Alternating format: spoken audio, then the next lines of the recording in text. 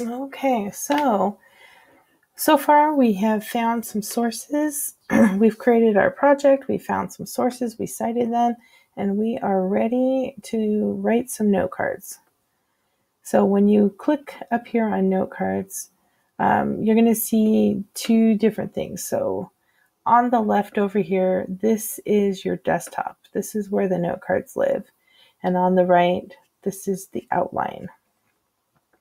Now, most of your teachers are going to require that you have an outline, only because you need to organize your note cards in some way, shape, or form. You need to visually be able to see, oh, wow, I have so much on topic 2, but nothing on topic 3, and I better start searching for that. And also, once you have your note cards in order, when you start to go and actually write your report, it will make your writing much, much easier. So before I even start a note card, I'm going to write my outline. So I'm going to click on the Roman numeral 1, double click, and these are going to be items about Alexander Hamilton's personal life. Okay, now I can make different subtopics. So this could be like his early life, and then B could be his love life or his married life or whatever it happens to be. I'm not going to get that intricate in here. So I don't want this to be an A. I don't want this to be underneath the Roman numeral 1. I want this to be a Roman numeral 2. So I'm going to make it blue and use the arrow. I'm going to double click and I'm going to do his army life. Okay, now I need more. So whenever you need to do something, you're going to click the green, and I'm going to add a topic. I'm going to make a sibling because they're all equal. And this is going to be political life. And then I need one more, and this is going to be his importance / legacy. I was trying to think, what could it like? That's kind of how I'm going to end my report. Like, why do we remember him? Why was he important? So I'm going to add that there. Now we're going to have to create some note cards. So we click over here on new, and there's a whole lot of things that you can do on this note card. But honestly, your teachers are going to look for 3 things. You need a source, you need your note in your own words, and you need a title. So I'm going to close this for a second because we actually have to figure out what we're going to take our notes from. So I'm going to go to the Encyclopedia Britannica article, and I'm going to write something about him from here. So you can actually sit and read this and take notes. You can print it and highlight and things like that. I am going to just grab a portion, copy it. Now I'm going to come over here to note cards, new. Okay, this is coming from the Encyclopedia Britannica. It's a direct quotation. I'm putting it here. Can I just copy and paste a bunch of different things and say, wow, I got my 40 note cards done. Woohoo! If you were my student and I went in and all you had was copy and paste, you would not get any credit. Okay, you actually have to read what's there, and in your own words, you need to type in your fact that you're going to put on the note card.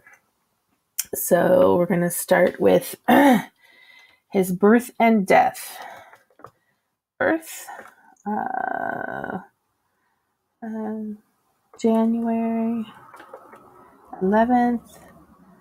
They don't quite know his year, so they're saying 1755 ? They've also thought that it was 1757. I'm just going to kind of put it like that. I may find like all of my other sources give a specific year, and then I'll end up picking that particular year. Okay, born in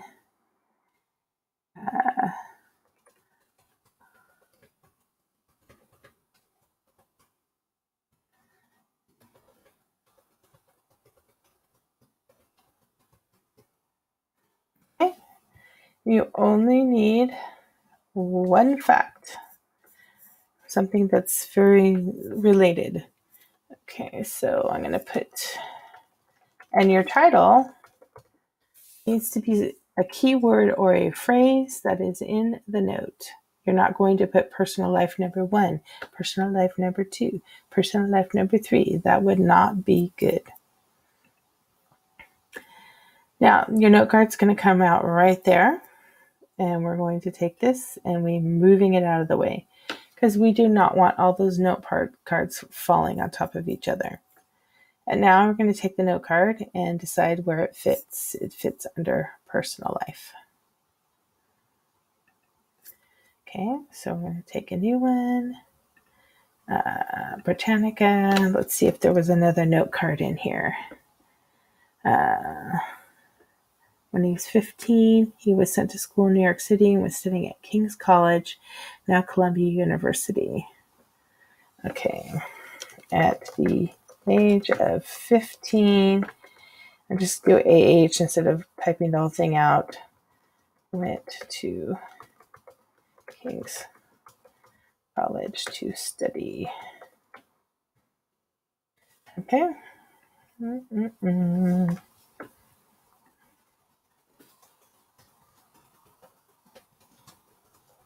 King's College. Okay, I'm going to take this and move it out of the way. Okay, he's not in the army yet. It's not about his politics, so I'm going to count it as his personal life. Now, both of these things here are personal life. Like, I could end up getting like 50 note cards here, and it might run out of room. The desktop's actually pretty big, but you have to use this little blue thing to put it, to find it. You might want to organize your cards this way too. Make a pile. Personal life. Now, anything for personal life, I can stick in here. If I'm like, oh wait, sorry, I have to hover over it. Clear. If I hover over it and I say expand, now I can take something out of it, which makes it rather nice. Oh, got to clear. Okay. Why are you? Oh, I have to click the little thing to turn it off, but I'm going to go ahead and stick that back in there. Okay, let's say that I'm going to use another source here. I'm going to go to my Gale. So this is my thing, his budding political career. Woohoo!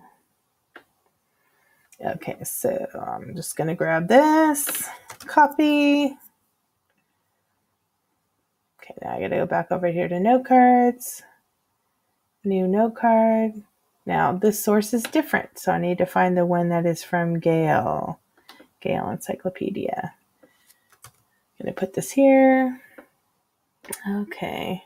Hamilton wrote a series of essays with James. Okay, so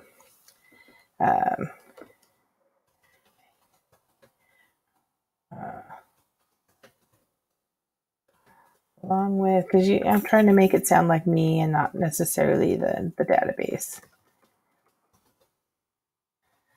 Madison and John Jay wrote a series of essays that became known as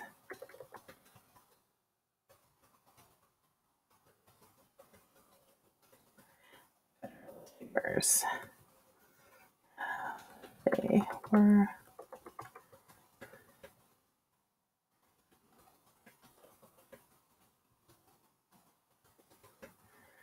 paper.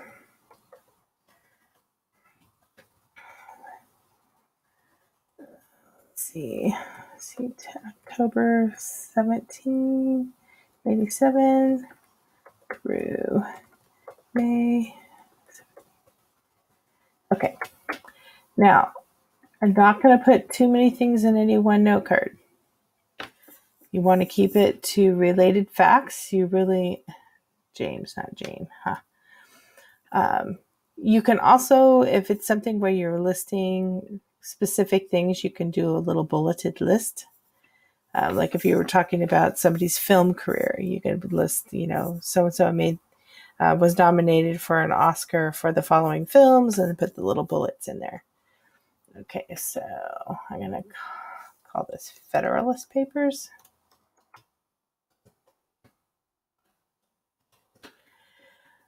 And say save and close. Okay, so I'm going to come over here, move it out of the way. This is his political life. Okay, so you get the gist. You write the note card, you open it up. You're going to put it here in your own words. You do not just copy and paste a bunch of stuff here. You can do like I did where you pasted it, but you're going to take it away. You don't want that to stay there. You need to make sure that you're connected to a source, and you need to have a title that relates to what's actually in the note card so that you know what's there. Now, why would you have to erase why would your teacher want you to erase this? Well, I'm going to tell you this because I've had students struggle with this. If you're keeping the language of the database right here, when you go and you print out your note cards and it's time for you to write your own paper, it's very difficult to move away from the language and the structure and the style of this writing, because you're writing a nonfiction piece and you want it to sound really good. And all of a sudden, when your teacher's reading it, it's going to sound like, oh, all I did was copy and paste the database. And that's not your own work. Okay, I made it there. I'm going to go ahead and delete it. Yes, I want to delete you. Here's another thing that's nice. You can move these around any way you want. Okay, and when you're ready to print, you can export it to your Google Docs. Now, one of the things that I would do is you want all your note cards. At this point, you really don't need the source unless you're doing footnotes. You don't need the URL, the page numbers, the tags, the cues, unless you had a direct quotation that you kept word for word from the text. If you kept some of those, then you would leave that there. Otherwise, you just need your paraphrase. And then you're going to say submit. You pick your account.